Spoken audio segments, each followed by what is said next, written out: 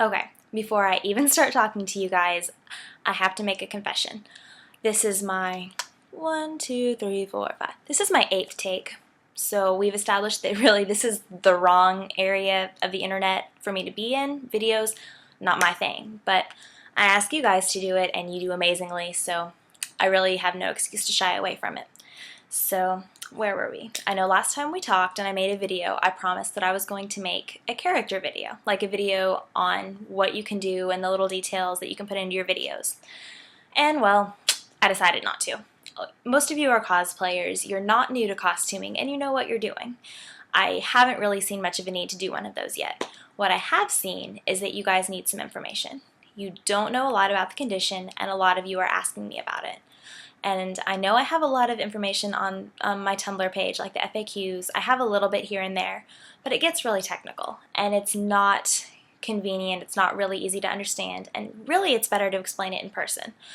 Unfortunately, I can't meet with you all in person, as nice as that would be, and it's kind of, I won't lie, it's a goal someday. I would love to meet all of you that have made videos for me. That's not really practical, but what I can do is I can explain it here. I have with me, well, a little bear. I'll show him to you and I'll say hi. This is Boozle. We'll get more into him later. There's something special that I'm doing with him, but he is a little bear that has hydrocephalus. And for now, we'll leave it at that. We'll intro you to him later. He's going to go sit over here, and what I'm going to show you is the bear has hydrocephalus, and this is the primary treatment, is a shunt. I'm getting way out of order because I haven't even explained what it is, but this is a shunt and I had it in my hand, so I'll go with it. Another reason I'll never be a famous YouTuber, I don't practice, and I think faster than I talk, so it all comes out in a jumble. Anyway, hydrocephalus is called water on the brain. That's the layman's terms. In short, what it is you have this fluid. It's cerebrospinal fluid. I'll say CSF because it's shorter and a lot easier to understand. It circulates between your brain and your spinal cord, and it keeps everything cushioned, it keeps everything cool, and there are nutrients in it. And sometimes either it doesn't drain properly or it's overproduced and you just have all of this excess fluid with nowhere to go. Which, since that's all on the brain and the pressure's growing, that's bad and they need to correct it. More often than not, they'll put what I showed you in, and it's a shunt. And what it is it's a valve and a tube. It's a drain. Really simple. It's kind of like plumbing, and I know people that have it, or anyone that's in nursing or training to be a doctor, y'all are going to be rolling your eyes at me. I'm not a doctor, and I know there are countless and limitless better ways to explain this, and I will find some of those videos and I'll link them to you. But for our purpose here, it's a drain, and it goes in your head. Mine is right here, and it's a little bump. You can feel it. Some people, they go behind the ear. I know there are other spots, I just can't think of it right off. But they go in and they drain. Mine, you can follow the tubing, and then it goes down here. Some of them will drain in the heart. I want to say they try not to do that anymore because it has a higher possibility of getting infected. But the other ones, they drain in the abdomen. And then it just gets kind of absorbed in the bloodstream and blah, blah, blah. It's out of the way, out of sight, out of mind. And it really, the other treatment, it's an ETV, and I have to be honest, I don't know much about it. The basic gist that I understand is they actually don't have to add any foreign matter if you have to meet certain criteria, like the drainage has to be in a certain place. They go in and they drill a hole and they basically make a detour. Like if this is a new road, the shunt, then the ETV would be like a detour. It diverts the fluid into the area where it would naturally drain. And then life functions as normal, and it's better because there's not any foreign matter to be infected.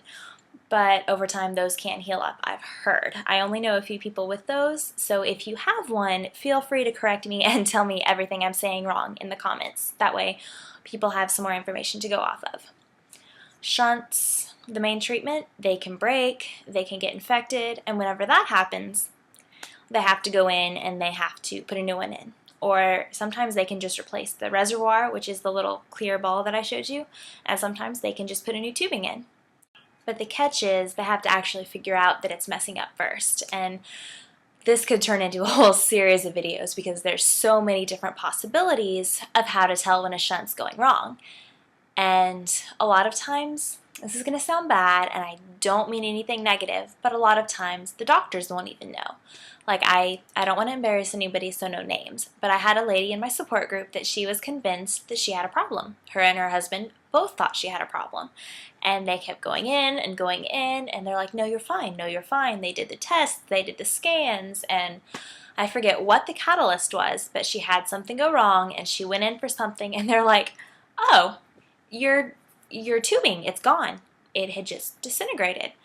So it's not as easy or as cookie cutter as you would think to diagnose a problem. It's not like your car either, that you have this little flashing check engine, although someone needs to come up with that, because that would be fantastic. And that probably is about as much as I'm qualified to actually give advice on or explain. As far as the shunts go, they do have a couple different kinds. Well, they have endless amounts of different kinds, but it mainly breaks down to, they have the ones like I showed you that are fixed valve, and it means they have a set setting and they will always drain like that. And then they have some other ones that are, what is a good way? They have different settings. Like, you can set this one at a certain rate to drain, and say you're having problems and you're having headaches and you go back in, they can go, well, it's not draining enough, let's fix it. And what they do is they take a little box, and obviously this is a phone and not a box, but they put it up to the shunt and they go beep, beep, beep, beep, beep, and now it's draining more. And I kid you not, it sounds ridiculous, but there's a guy in my support group that he has one, and that's kind of how he explained it, sound effects and all. They beep, beep, beep, and it's changed, which is really, really cool, because it saves people getting a lot of different surgeries if it's not needed. They can just go in and change the drainage. Cool, fantastic. Except for sometimes magnets can screw with them. And I don't have one, so I can't tell you how much. But I've heard people have had issues with metal detectors or this and that, and it's just, basically, it's not the worst condition to have, but it does have its hang-ups and it does have its issues. And I think what's worse about it is there's not a cookie cutter thing. I can have it and you can have it, and we will both have completely different life experiences. I've had one shunt surgery. A girl that's very close to my age, I think she's a few years younger than I am. She volunteers for the same organization, and she has had, I can't remember the exact number, but it's pretty much 100. She could be on surgery 100 right now, because I talked to her yesterday and she is in the hospital. So she's getting up there, and I know all the parents out there watching are going, 100 surgeries, oh my goodness. Or maybe it's the opposite. Maybe you're like, we've had more than that, not a big deal. But the point is everybody's different. And you're going to have some people that are going to be severely, and I'm not the most politically correct person, so I do apologize if any of my word choice offends anybody, but you're going to have some people that will be severely handicapped or severely disabled. Then you're going to have other people that hardly notice it. Like mine, it does not affect me very much at all. My vision is a problem. I have really cruddy balance. Like in elementary school when you do the balance beams, I had problems on this little balance beam. We're talking it's this far off the ground, and I would fall off. I had to have 2 spotters. I kid you not, like it was so bad. But, I mean, that's all I can complain about. And I've had eye surgeries for my strabismus. Like I had one eye that was turned in, so I have monocular vision, and I can't see 3D, and I can't see this and that, and at times that can suck, but there are people that have multiple other conditions along with hydrocephalus, because you're dealing with brain damage. It's tricky depending on what parts of the brain were damaged before the shunt went in or how much damage was done. It can have a lot of facets, and it can affect a lot, and it can affect everybody differently.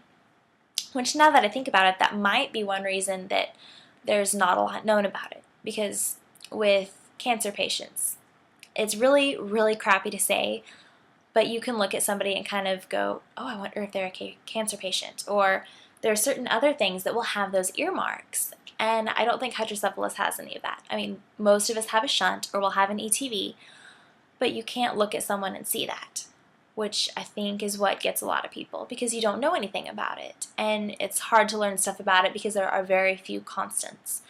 So kind of what I'm getting to with this is I'm trying to figure out a good way that we can use this information. I mean, you don't need to go into a spiel about what hydrocephalus is or have your character brag about that they know what it is in the videos, because kids and people that don't know about it are going to be making a big deal about what the condition is, or they're like, I had kids that were just, some of them were fascinated and some of them were just kind of like, wait, what?